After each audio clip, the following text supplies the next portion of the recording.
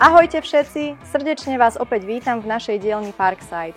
Ja som Jenny a dnes si spoločne vyrobíme toto praktické krmidlo pre vtáky. Všetky potrebné materiály a nástroje pre tento DIY projekt nájdeš uvedené nižšie v návode na montáž. Najprv zaznačím rozmery na smrekové dosky a strešné laty a následne ich odrežem.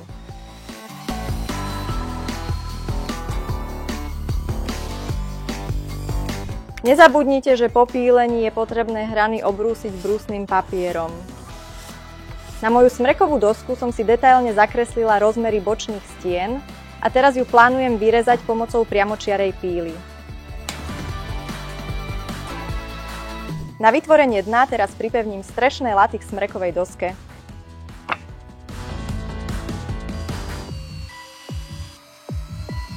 Teraz môžeme pokračovať bočnými stenami. Na ne som si naznačila stred a opatrne predvrtala dve diery. A teraz to celé opatrne priskrutkujem zvnútra priamo k okraju. Stredný diel pevne priskrutkujeme z oboch strán a potom ho ešte raz zo spodu dôkladne zabezpečíme. Základ už máme. Teraz sa pustíme do strechy, najprv predvrtáme otvory, pridáme lepidlo a celé to potom zoskrutkujeme. V ďalšom kroku vezmem 12V ručnú kotúčovú pílu a narežem akrylové sklo.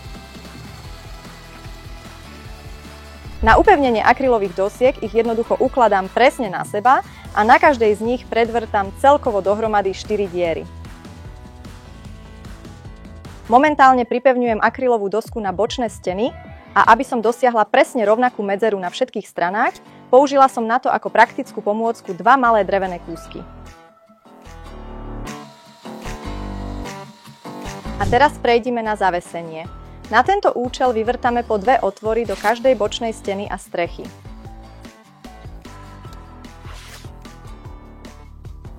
Rozhodla som sa pre kokosové lano, ktoré teraz jednoducho prevlečieme cez otvory.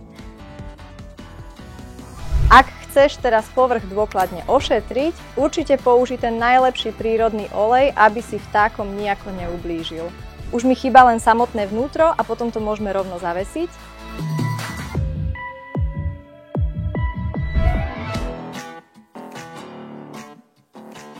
A tu sme našli úžasné a ideálne miesto pre naše krmidlo pre vtáky. Prajem ti veľa zábavy pri výrobe krmidla. Máš na to.